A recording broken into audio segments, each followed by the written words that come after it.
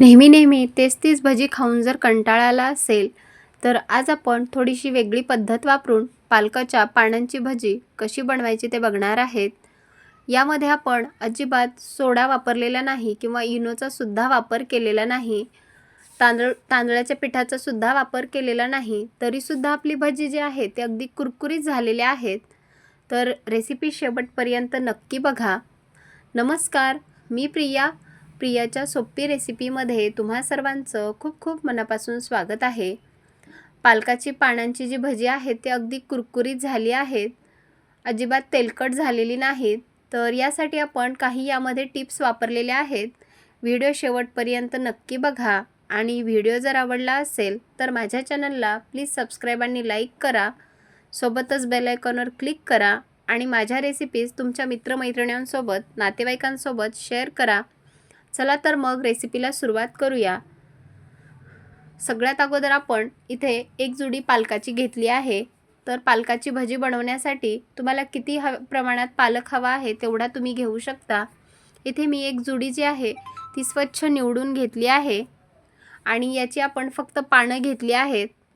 आता हा जो पालक आहे तो आपण मिठाच्या पाण्यामध्ये स्वच्छ धुवून घेऊयात. किती पानांची भजी बनवायची आहे त्यानुसार पानं घ्यायची आहेत.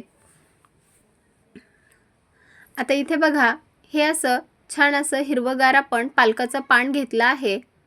आता पालकाचे जे देठ आहे ते सुद्धा आपल्याला काढून टाकायचं आहे.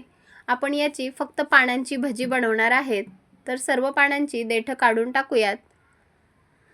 इथे बघा, आपण सर्व पानांची देठं काढून घेतली आणि या पानांवर जे एक्स्ट्राचं पाणी आहे ते सुद्धा एखाद्या सुती कपड्याने आपण पुसून घेऊ शकतो. आता याचा आपण बॅटर बनवून घेऊयात.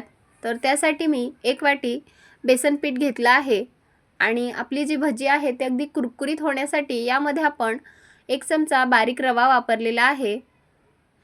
अजिबात सोडा किंवा इनोचा वापर केलेला नाही. चवीपुरतं मीठ टाकून घ्यायचं. अर्धा चमचा ओवा टाकायचा आहे. ओवा थोडासा हातावरती क्रश करून घेऊयात. यामुळे आपल्या भजीला खूप छान अशी टेस्ट येते. 1 चमचा भाजलेल्या जिऱ्याची पूड घ्यायची. 1 चमचा धने पावडर. जर धने पावडर नसेल तर अख्खे धणे थोडेसे मिक्सरला दरदरीत कुटून सुद्धा घेऊ शकता. अर्धा चमचा हळदी पावडर घ्यायची आहे. अर्धा चमचा लाल तिखट घ्यायचं. तिखट कमी खात असाल तर इथे तिखट थोडंसं कमी सुद्धा करू शकता किंवा हिरवी मिरचीचा ठेचा सुद्धा वापरू शकता. अजून एक महत्त्वाची टिप्स म्हणजे भजी अगदी कुरकुरीत होण्यासाठी 1 चमचा जे आपण भजीसाठी तेल गरम करण्यासाठी ठेवलं होतं त्यातीलच 1 चमचा तेल यामध्ये आपण टाकून घेणार आहेत आणि यामध्ये आता आपल्याला थोडंसं पाणी टाकून याचं मध्यम असं बॅटर तयार करून घ्यायचं आहे.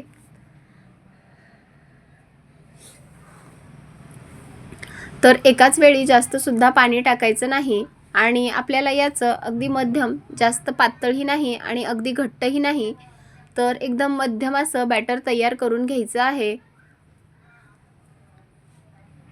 जर तुम्हाला पटकन भजी बनवायची असेल तर भजी बनवण्याच्या अगोदरच जे पालकाची पानं आहेत ते स्वच्छ धुवून एखाद्या सुती कपड्यावर सुद्धा तुम्ही सुकवून घेऊ शकता. त्यामुळे जे एक्स्ट्राचं पाणी आहे ते पूर्णपणे निघून जातं. आता इथे बघू शकता तुम्ही आपल्या बॅटरची कन्सिस्टन्सी. आता पानांचे जे पाणी होतं ते सुद्धा छान असं सुकलेलं आहे.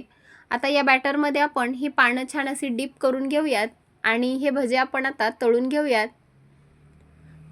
तर व्हिडिओत दाखवल्याप्रमाणे जे पालकाचं पान आहे ते या बेसन पिठामध्ये आपल्याला छान असं डीप करून घ्यायचं आहे. आणि आता एकीकडे मी गॅसवरती कढईमध्ये तेलसुद्धा गरम करण्यासाठी ठेवलं होतं.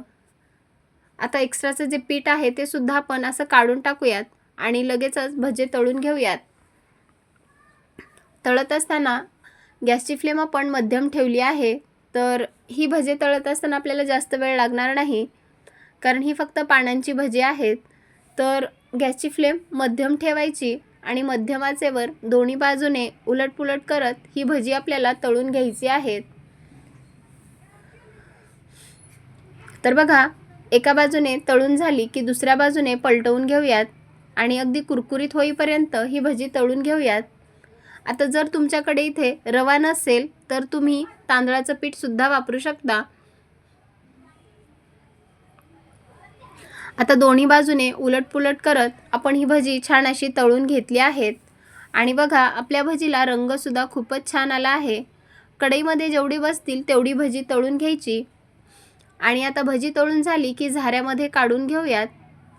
झाऱ्यामध्ये काढून एक्स्ट्राचं जे तेल आहे ते पूर्णपणे निथळून घ्यायचं आहे आणि एखाद्या टिश्यू पेपरवरती ही भजी ठेवायची आहे. तर टिश्यू पेपरवर सुद्धा आपल्याला अगदी जास्त वेळ सुद्धा ठेवायचं नाही, त्यामुळे आपली भजी जी आहे ते नरम सुद्धा होऊ शकतात.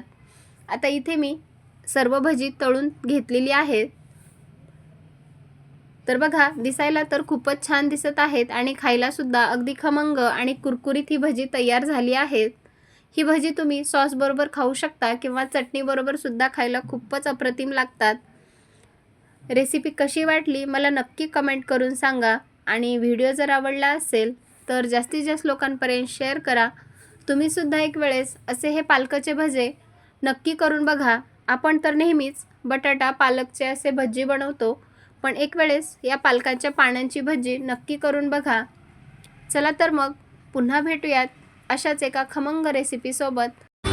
तोपर्यंत मस्त रहा, स्वस्थ रहा आणि सगळ्यात महत्त्वाचं चांगलं चांगलं खात रहा. पुन्हा भेटूयात अशाच एका खमंग रेसिपीबरोबर. तोपर्यंत बाय बाय.